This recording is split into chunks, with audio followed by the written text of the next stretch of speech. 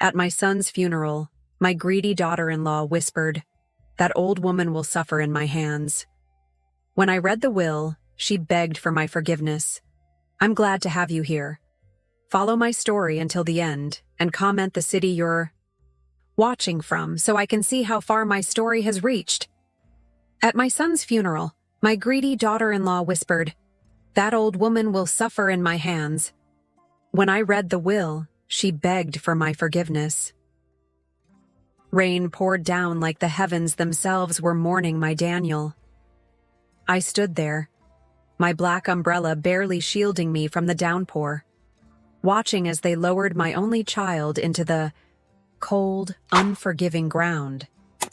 My son, my beautiful boy, gone at just 47. The pain in my chest was physical, like someone had reached inside and was squeezing my heart with merciless hands. I hadn't eaten in days, hadn't slept. The world had become a blur of black clothes and sympathetic faces, of casseroles I couldn't bring myself to touch, and phone calls I let go to voicemail. Behind me, the gathered mourners huddled under a sea of black umbrellas.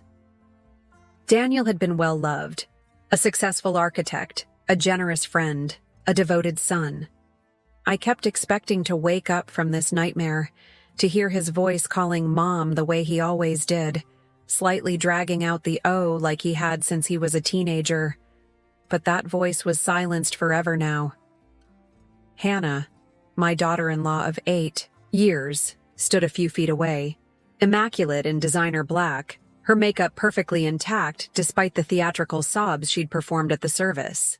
She'd always been beautiful in that cold, intimidating way, tall and slender with sharp features and sharper eyes. Daniel had been smitten from the day they met. I had tried to be welcoming, for his sake. "Gloria," Pastor Richards touched my elbow gently. "Would you like to place the rose now?" I nodded, my throat too tight for words. With trembling fingers, I took the white rose he offered and stepped forward, placing it atop Daniel's casket. My final gift to my son. For a moment, I rested my palm against the polished wood, feeling the rain beat against it. "Goodbye, my sweet boy. Mama loves you." As I stepped back, something shifted in the atmosphere. The mourners were beginning to disperse, seeking shelter from the worsening rain. I turned, intending to thank Pastor Richards when I heard it. Hannah's voice, no longer choked with theatrical grief, but cold and clear, carried to me on the wind as she spoke to her friend Melissa. "Finally, once the will is read, I'll have everything," she murmured, her face twisted into something ugly. "That old woman will suffer in my hands. I've waited long enough." The words hit me like a physical blow. I staggered slightly, grateful for the rain that masked the fresh tears streaming down my face. Pastor Richards steadied me, assuming it was grief that made me stumble. And it was, but now mixed with a sickening realization. The mask had slipped, revealing the true face of the woman my son had married. 8 years of polite smiles and thinly veiled contempt. 8 years of Hannah, treating me like an inconvenience, of small cruelties when Daniel wasn't looking.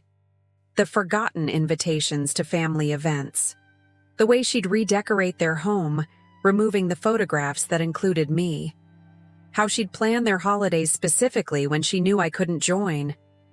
I'd endured it all for Daniel's sake, telling myself I was imagining things, that I was being an oversensitive mother, but I hadn't imagined that whisper at my son's grave, the naked hatred in her voice, the anticipation of my suffering.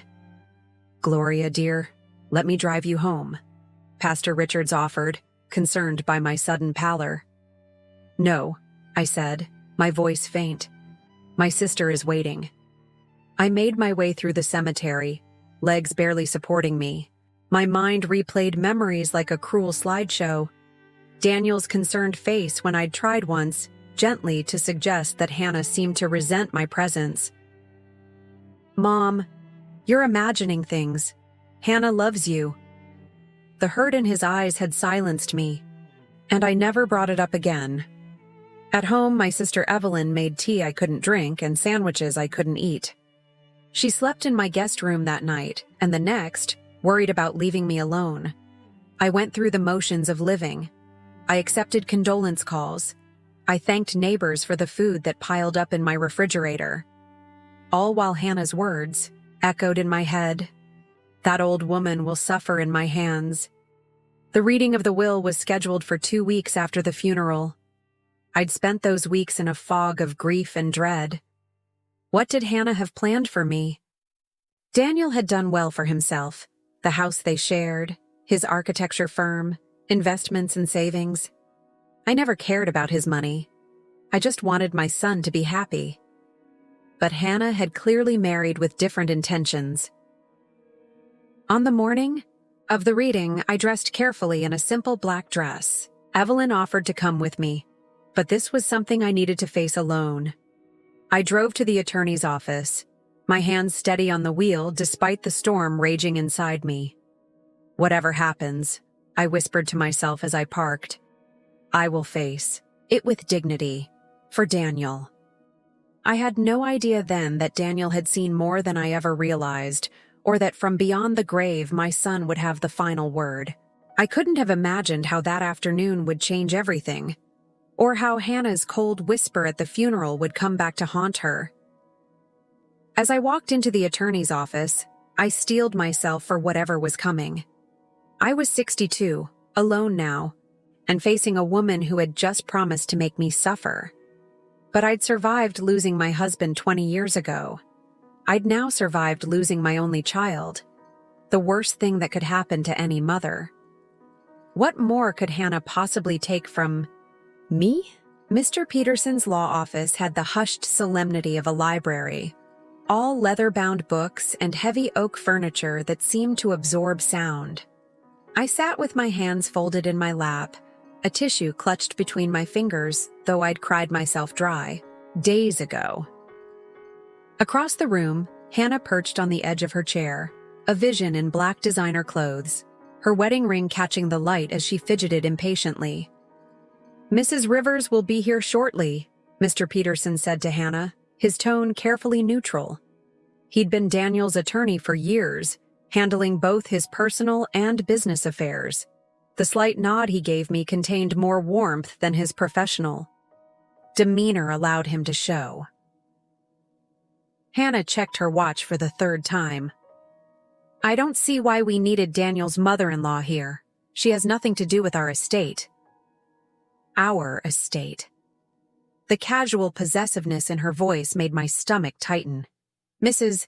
Wallace, Mr. Peterson corrected her gently, was specifically requested to be present by your husband. Hannah's perfectly plucked eyebrows lifted. Fine, let's just get this over with. A knock at the door interrupted us as Daniel's business partner Richard entered with a somber nod. Sorry I'm late, traffic was terrible. He took the seat beside me, giving my hand a gentle squeeze. How are you holding up, Gloria? Before I could answer, the door opened again, and a petite woman with silver-streaked hair entered. Forgive my tardiness, she said. Mr. Peterson stood. This is Mrs. Rivers, Daniel's personal assistant. He gestured to the remaining chair. Now that everyone is here, we can begin. Hannah straightened, leaning forward slightly. The anticipation on her face was barely concealed. Before I read the formal will, Mr. Peterson began, I have been instructed to play this recording. He pressed a button on his computer, and suddenly Daniel's voice filled the room. My heart seized. If you're hearing this, then I'm gone.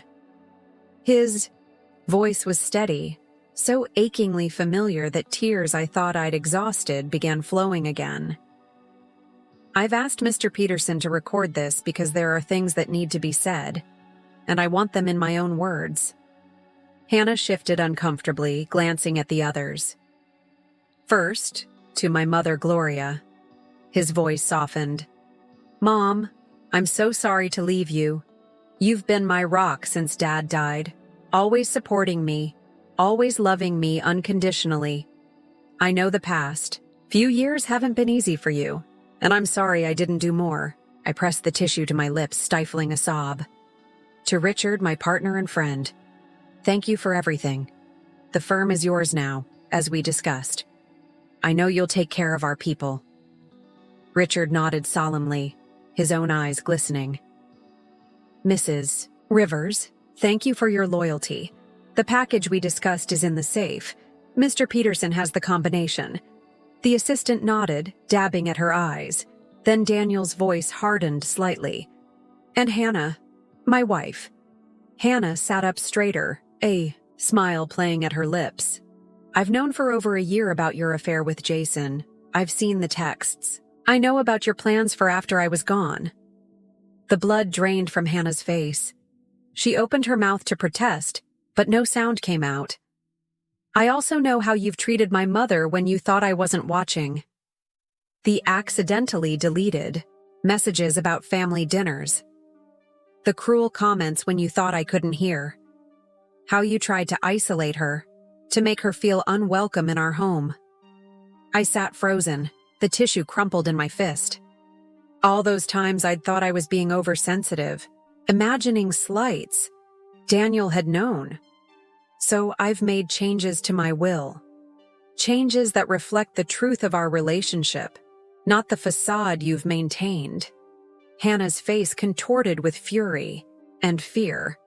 This is ridiculous. He can't. Mr. Peterson raised his hand. Please allow the recording to finish, Mrs. Wallace. Daniel's voice continued. The house we shared has been left to my mother. My shares in the firm to Richard, with instructions that my mother receives the dividends for her lifetime. My personal savings and investments are also to go to my mother, with specific bequests to charities we supported. A strangled sound escaped Hannah's throat. Hannah, you will receive a settlement of $50,000, as specified in our prenuptial agreement. In the case of divorce or my death after evidence of infidelity, the evidence is in the envelope Mr. Peterson will provide. The recording ended, leaving a deafening silence in its wake. Hannah leapt to her feet. This is absurd. I'll contest it. He can't just... Mrs. Wallace, Mr. Peterson interjected calmly.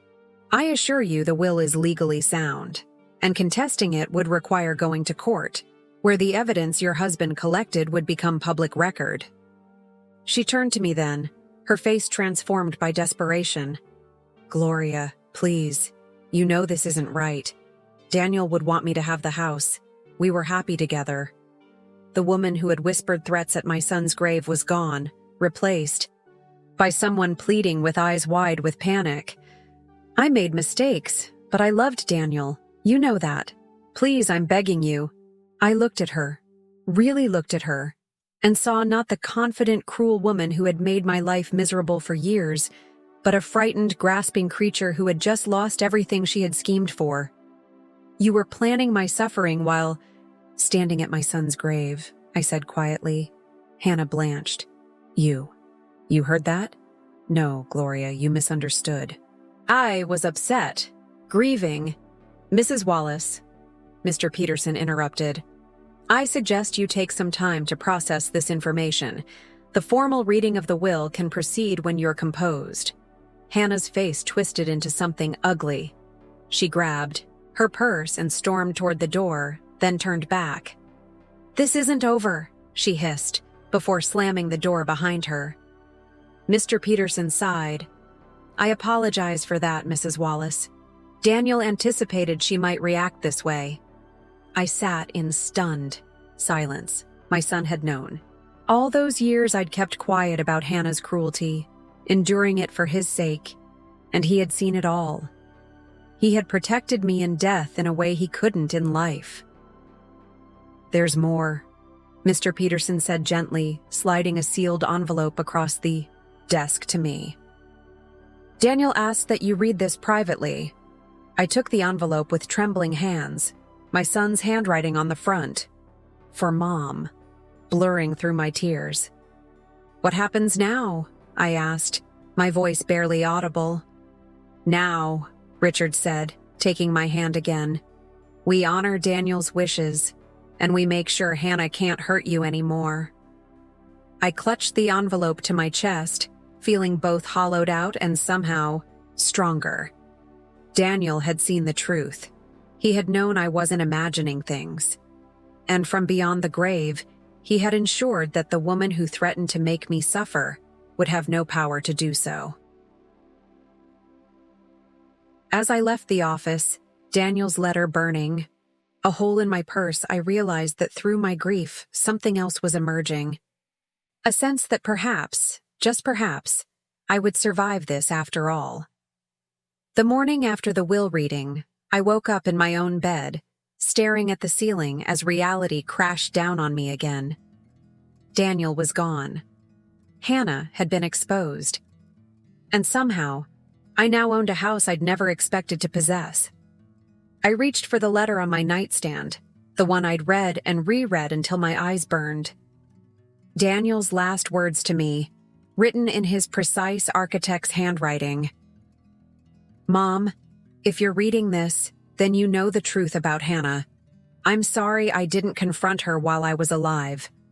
I kept hoping she would change, that the woman I fell in love with was still in there somewhere.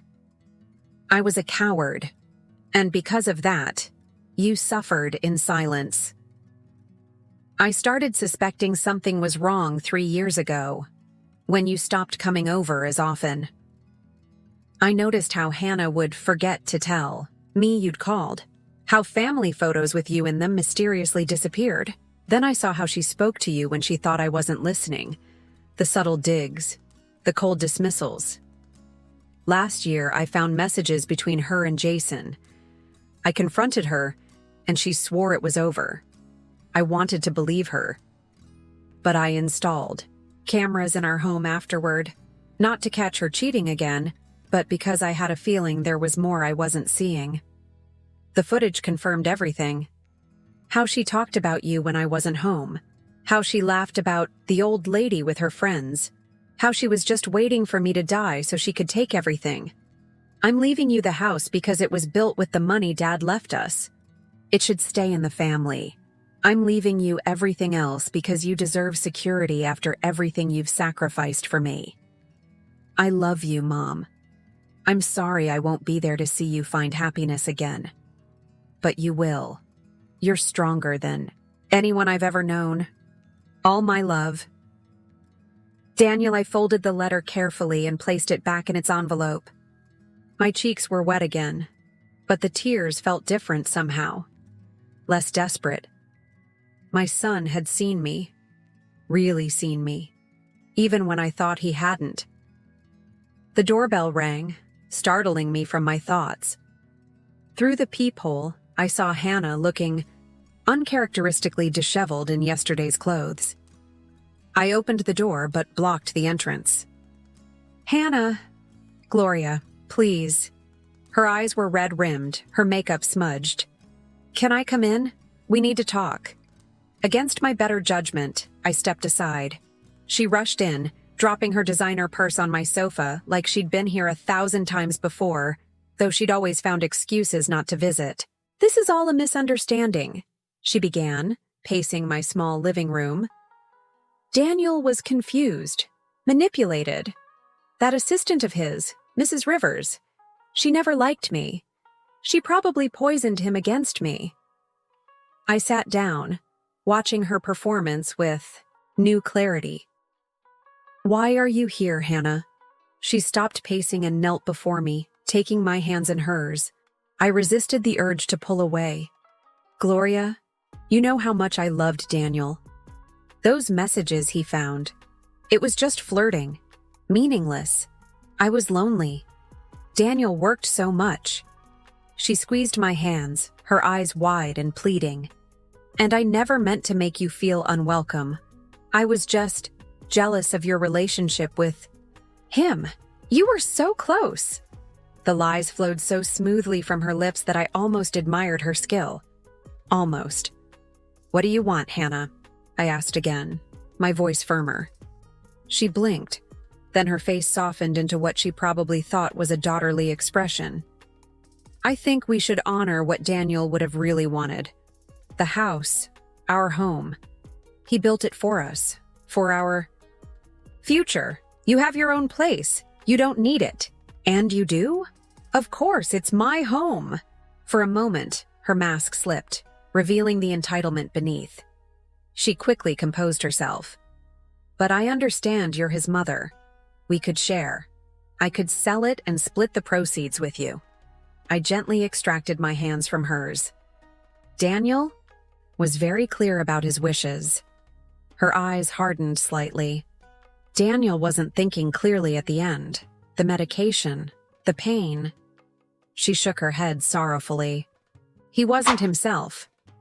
His will was changed 8 months ago, Hannah, before his diagnosis.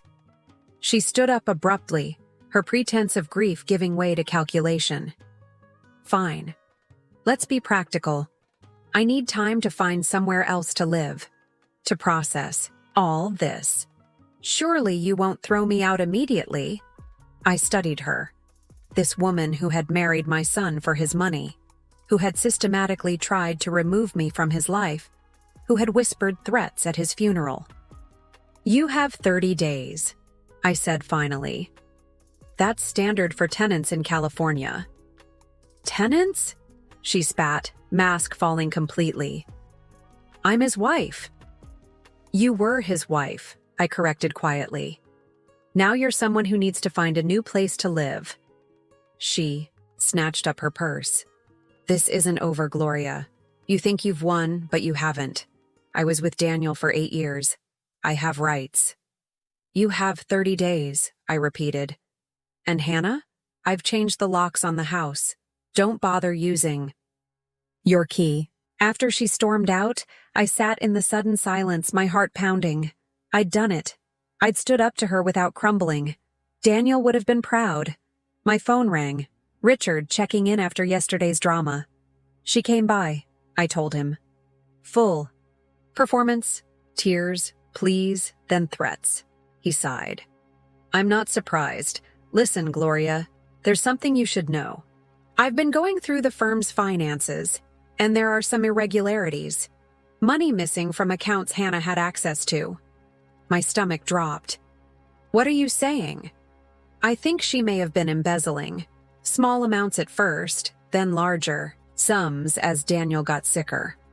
I'm still investigating, but I wanted to warn you. She's desperate and potentially dangerous. After we hung up, I sat there, processing this new information. Hannah hadn't just been cruel. She'd been stealing from my son. The betrayal ran even deeper than I'd realized. That evening, I drove to Daniel's house. My house now, according to his will. I hadn't been inside since before he'd moved to hospice care 3 months ago. Even then, Hannah had made it clear my visits weren't welcome. I parked in the driveway, staring up at the beautiful modern home my son had designed.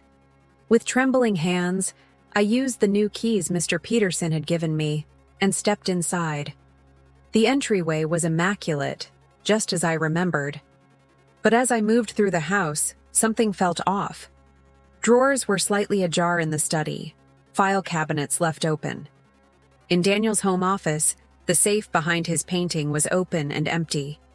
Hannah had already been here, taking what she could.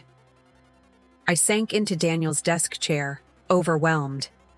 What else had she taken? What else was she planning? The house felt suddenly less like a sanctuary and more like a battleground. My phone buzzed with a text from an unknown number.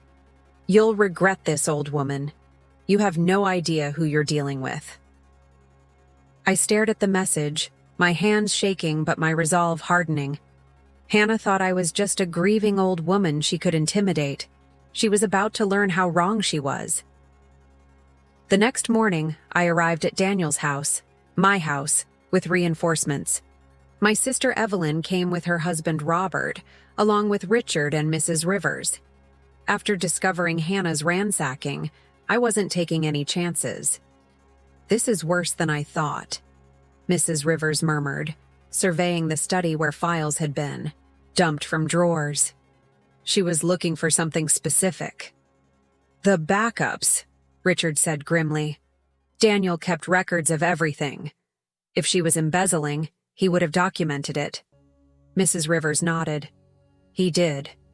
That's why I brought this. She patted the leather satchel she'd been carrying. Copies of everything he gave me for safekeeping. Financial records, security footage, emails, all of it.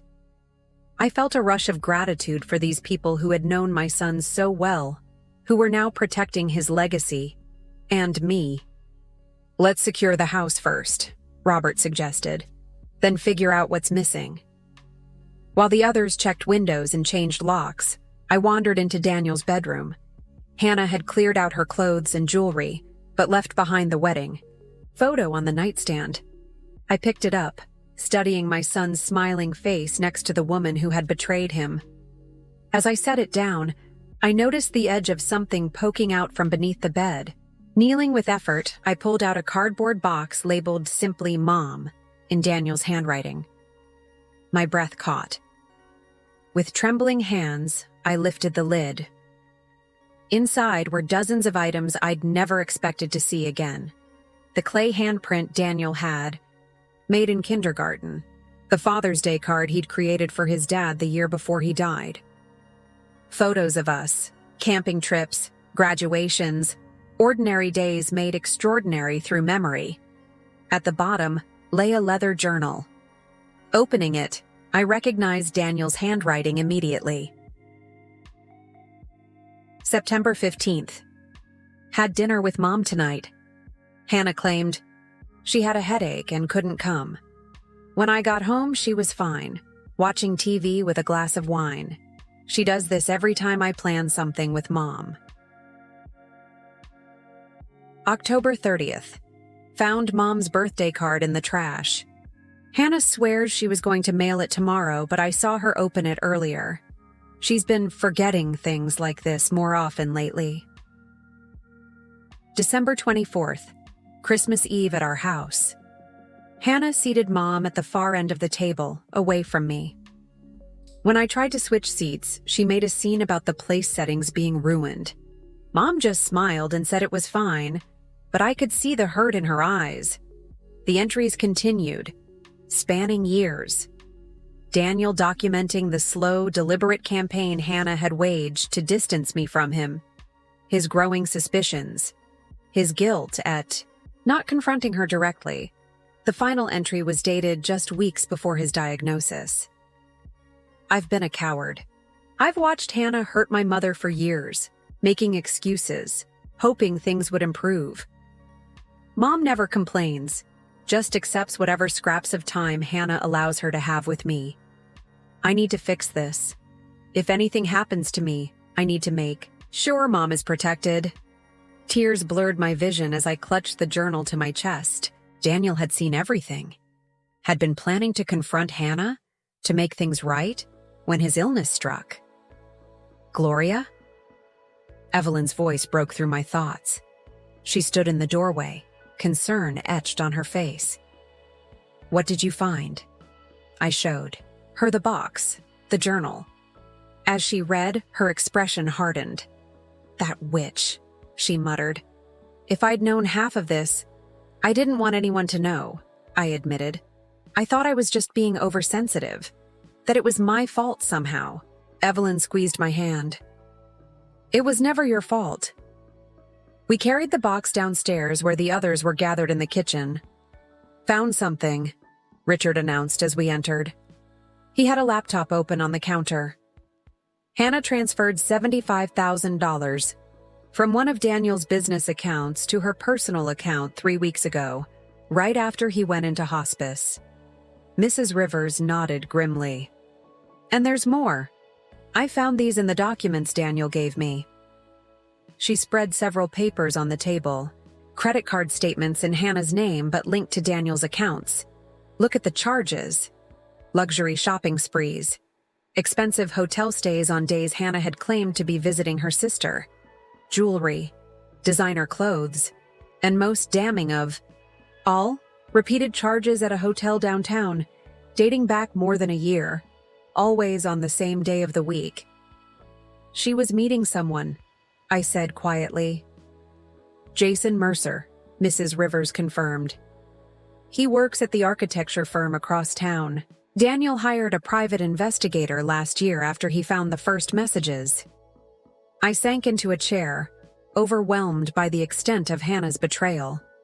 Not just the cruelty toward me, but the systematic way she'd deceived and stolen from my son while he was alive, then tried to take everything after his death. What do we do with all this? I asked finally. Richard looked grim. We have enough for criminal charges. Embezzlement, at minimum. The thought of a public court case, of Daniel's private pain being exposed, made my stomach churn. I don't want his memory tarnished by scandal. There's another option, Mrs. Rivers said carefully. We confront Hannah with what we know, offer her a deal. She walks away quietly, signs whatever documents Mr. Peterson prepares relinquishing any claims to Daniel's estate, and we don't press charges. I considered this, thinking of Daniel's journal entries. How he'd struggled to confront Hannah directly. How he'd wanted to protect me, even as his own heart was breaking over her betrayal. She won't give up easily, I warned. Richard's smile was cold. She will when she sees what we have. That night, after everyone had gone, I stayed in the house, my house, alone. I moved from room to room, touching furniture Daniel had chosen, looking at art he'd loved. In his study, I found more evidence of the life we'd shared. Photos Hannah had hidden away in drawers, books I'd given him over the years. I sat in his favorite chair, surrounded by these artifacts of my son's life, and felt his presence so strongly, it took my breath away. For the first time since his death, I felt something beyond grief, a quiet determination, a sense of purpose. Hannah had tried to erase me from Daniel's life, had planned to erase me from his legacy, had whispered threats over his grave. But Daniel had seen the truth, had documented it, had protected me one last time. Tomorrow, we would confront Hannah with the evidence we'd gathered. Would offer her the choice between a quiet retreat or public exposure. As I clutched Daniel's journal, I made a silent promise to my son. I would reclaim the home he'd meant for me to have, would protect the legacy he'd built, would be strong, as he'd believed I could be. Hannah thought she was facing a broken old woman she could easily intimidate. She was about to discover just how wrong she was. For Daniel's sake, and my own, I would not be erased. We set the meeting for noon at Mr. Peterson's office, neutral ground with witnesses. My hands trembled slightly as I checked my appearance, one last time in the hallway mirror. I'd chosen a simple navy dress Daniel had always liked, my silver hair freshly styled. Not for Hannah's benefit, but for my own. I needed to feel strong today. You ready for this? Evelyn asked, squeezing my arm. I nodded, though my stomach churned. As ready as I'll ever be. The drive to the attorney's office passed in tense silence. Richard had called that morning to confirm Hannah had agreed to the meeting, though she'd demanded to bring her own lawyer. Fine by me. Let her waste money on legal counsel. We had truth on our side. When we arrived, Mr. Peterson ushered us into the conference room where Richard and Mrs. Rivers were already waiting. The evidence was arranged neatly on the table. Financial records, the private investigator's report, copies of Daniel's journal entries, all organized in labeled folders. She's on her way up, Mr. Peterson said, checking his watch. Remember, stay calm no matter what she says or does. We have the upper hand here. At precisely noon, the door opened. Hannah swept in wearing a sleek black pantsuit, her hair pulled back in a severe bun. Behind her followed a sharp-looking man in an expensive suit, carrying a leather briefcase. "What is this ambush?" Hannah demanded, eyeing everyone in the room. Her gaze lingered coldly on me before shifting to the folders on the table. "Please, have a seat," Mr. Peterson said calmly. "This isn't an ambush, Mrs. Wallace. It's a chance to resolve matters privately." Hannah's lawyer placed a restraining hand on her arm. "I'm Martin Shaw," he introduced himself. "I understand you have a proposal for my client?" Mr. Peterson nodded. "Before we begin, I should inform you that everything discussed here has been documented and backed up in multiple secure locations." Hannah's eyes narrowed, but she sat down, her lawyer beside her. "Mrs. Wallace," Richard began, "we've discovered some concerning transactions from the firm's accounts." "I don't know what you're talking about," Hannah snapped. Richard slid the first folder toward her. $75,000 transferred to your personal account 3 weeks ago. That's just the beginning. Mr. Shaw opened the folder, scanning the contents with a deepening frown. "Those were approved transfers," Hannah insisted. "Daniel wanted me to have that money." Mrs. Rivers spoke next, her voice quiet but firm. "Daniel was in hospice, heavily medicated and barely conscious 3 weeks ago. He couldn't have approved anything." Hannah's composure slipped slightly. "He told me before. He wanted me to be taken care of." "Is that why he changed his will to specifically exclude you?" I asked, speaking for the first time.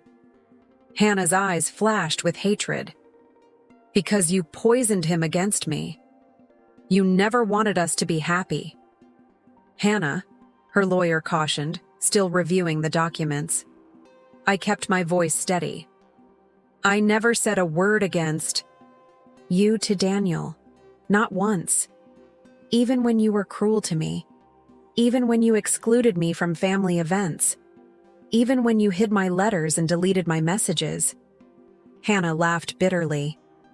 "Paranoid old woman. You think everyone's against you."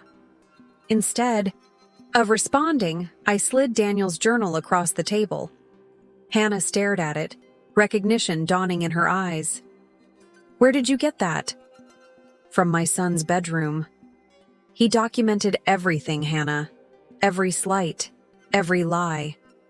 Every time you tried to separate us. Her lawyer began reading the journal, his expression growing more concerned with each page. "This is ridiculous," Hannah sputtered. "These are just the ramblings of a sick man." "Most of these entries predate his illness by years," Richard pointed out. "And they're corroborated by other evidence." Mrs. Rivers opened another folder. "Like the security footage Daniel installed last year. We have videos of you discussing his illness with your boyfriend, planning how you'd spend his money after he died." Hannah's face drained of color. "You're bluffing."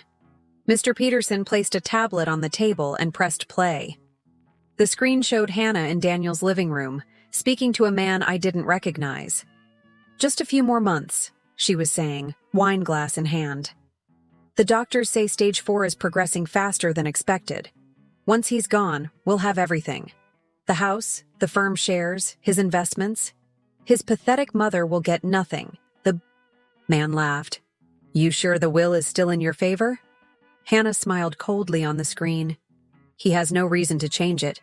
I've made sure his precious mommy thinks he's too busy to see her. He has no idea what I really think of her." Mr. Shaw reached over and stopped the video, shooting Hannah a warning look. "There's more," Richard said. "Much more." Hannah looked, trapped, her eyes darting around the room like a cornered animal. Then, unexpectedly, she turned to me, her expression morphing into one of desperate pleading. "Gloria, please. You don't understand. I did love Daniel in my way. I got lost, made mistakes." Tears welled in her eyes. Real or manufactured, I couldn't tell anymore. "You're a mother.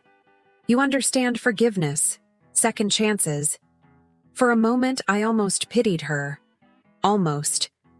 "You threatened me at my son's funeral," I said quietly. "You called me that old woman, and said I would suffer at your hands. You stole from Daniel while he was dying. You betrayed him with another man." I leaned forward, meeting her gaze steadily. What exactly should I forgive? Hannah's mask dropped completely, her face contorting with rage. "You think you've won? I'll fight this all the way to the Supreme Court if I have to. I'll tell everyone Daniel was mentally unstable, that you manipulated him when he was vulnerable. I'll drag his name through the mud." Her lawyer placed a restraining hand on her arm, whispering urgently in her ear, but she shook him off. "I spent 8 years with that boring workaholic man," she spat. "I earned every penny." The room fell silent. Even Hannah seemed shocked by her own outburst. Mr. Peterson cleared his throat. "Mrs. Wallace, here is our offer. You will sign these documents relinquishing all claims to Daniel Wallace's estate. You will return any property or funds you've taken since his hospitalization. In exchange, we won't pursue criminal charges for embezzlement, fraud, and theft." "And if I refuse?" Hannah challenged, though her voice lacked its earlier confidence. "Then I'll personally see that every piece of evidence in these folders is provided to the district attorney," Richard said. "Every bank transfer, every hotel receipt, every video of you plotting with your lover while my best friend was dying." Hannah turned to her lawyer, who nodded grimly. "Take the deal, Hannah," he advised quietly. For a long moment, she sat frozen, her face a battlefield of emotions: rage, calculation, defeat. Finally, she snatched the pen Mr. Peterson offered. "Fine," she hissed, scrawling her signature across the documents. "But don't think this is over, Gloria. You've made an enemy today." I watched her sign away her claims to my son's legacy, feeling no triumph, only a profound sadness for what Daniel had endured. "It was over the moment you decided to hurt my son," I said softly. Hannah stood abruptly, grabbing her purse. "I want a week to move my things from the house." "You have until Friday," I countered. "3 days, and you'll be supervised the entire time." She looked like she might argue, but her lawyer placed a warning hand on her arm. With a final venomous glare at me, she stalked out of the room, her lawyer hurrying after her. As the door closed behind them, I exhaled slowly, feeling as though I'd been holding my breath for years. "You did it, Gloria," Evelyn said, hugging me tightly. "It's really over." But as I gathered Daniel's journal and the other evidence of Hannah's betrayal, I wasn't so sure. People like Hannah didn't give up easily. And I couldn't shake the feeling that she had one final card to play. 1 year after Daniel's death, I stood in the backyard of his home, my home now, watching as workers carefully positioned the last stone in the circular memorial garden. The afternoon sun caught the polished granite centerpiece, where Daniel's name and dates were engraved alongside the words he'd lived by. "Build with purpose, live with love." "It's beautiful, Gloria," Richard said, standing beside me. "Daniel would have loved it." I nodded, unable to speak past the lump in my throat. The garden had been my project for the past 3 months. A peaceful place with Daniel's favorite plants, a small fountain, and benches where I could sit and feel close. To him, so much had changed in a year. After our confrontation, Hannah had indeed taken her allowed 3 days to remove her belongings, supervised by Richard and a security guard. She'd been coldly efficient, taking only her clothes, jewelry, and personal items. Nothing of Daniel's. Nothing of the home they'd shared. 2 weeks later, she'd left the state entirely. I heard through mutual acquaintances that she'd moved to Florida with Jason, apparently still believing they could build a life together on the meager settlement she'd received. Last I'd heard, he'd left her for someone younger within months. I'd expected to feel vindication at her downfall, but found only a hollow sadness. Hannah had sacrificed something precious, Daniel's genuine love, for money and status she'd ultimately lost anyway. Coffee's ready, Evelyn called from the patio. And Marianne just arrived. I smiled genuinely this time. Marianne had been my unexpected blessing this year, a grief counselor I'd started seeing after Daniel's death, who had become a dear friend. She understood loss in a way few others did, having lost both her husband and daughter years before. Inside, the house had transformed. When I'd first moved in, I couldn't bear to change anything in Daniel's spaces. His office remained untouched for months, his clothes still hanging in the closet. But slowly, with Marianne's gentle encouragement, I'd begun to make the house my own while honoring his memory. "The garden is perfect," Marianne said, handing me a mug of coffee. "A beautiful tribute." "Thank you for suggesting it," I replied. "You were right. Having a project helped." We settled in the living room, where photographs of Daniel through the years now sat proudly on shelves and tables. No more hiding his childhood photos. No more minimizing my presence in his life. "I have news," Richard announced, setting down his coffee. "The Daniel Wallace Scholarship Fund is officially established. The first architecture student will receive funding next fall." Tears pricked my eyes. He would be so proud. The scholarship had been my idea, using some of Daniel's investments to help young architects who shared his passion for sustainable design, a way to ensure his vision continued even after he was gone. "Have you decided about the other matter?" Evelyn asked carefully. I nodded. "I'm going to do it. The grief support group starts next month." This had been Marianne's suggestion, creating a group specifically for parents who had lost adult children. A different kind of grief, she'd explained, often minimized by others who assumed the pain was somehow less because your child had lived a full life. "You'll be wonderful at it," she assured me. "You have so much wisdom to share." I wasn't so sure about wisdom, but I had learned things this year I never expected to learn. About resilience. About standing up for myself. About rebuilding a life I'd never planned for. As we talked, I felt Daniel's presence, not in a supernatural way, but in the legacy that surrounded us. The firm he'd built was thriving under Richard's leadership. The house he'd designed was filled with light and life again. The memory of his kindness lived on in those who had loved him. Later, after everyone had gone, I sat alone in the memorial garden as twilight descended. The past year hadn't been easy. There had been days when grief crushed me, when the unfairness of Daniel's early death and Hannah's betrayal left me angry at the world. Days when I questioned whether I could really build a new life at 63. But there had also been unexpected moments of grace. The day I discovered Daniel's old sketchbooks and spent hours tracing his pencil marks with my fingers. The afternoon Richard brought over a group of Daniel's colleagues who shared stories I'd never heard. The morning I woke up and realized I'd slept through the night without crying for the first time. My phone chimed with a text message. "Marianne, confirming our lunch plans for tomorrow." Next to her message was an older text I kept saved, from Hannah, sent the day after our confrontation. "You think you've won, but you've lost everything that matters. You're still just a lonely old woman, with nothing but an empty house." I smiled faintly at the screen. Hannah had been wrong about so many things, but especially about that. Yes, I had lost my beloved son, a pain that would never fully heal.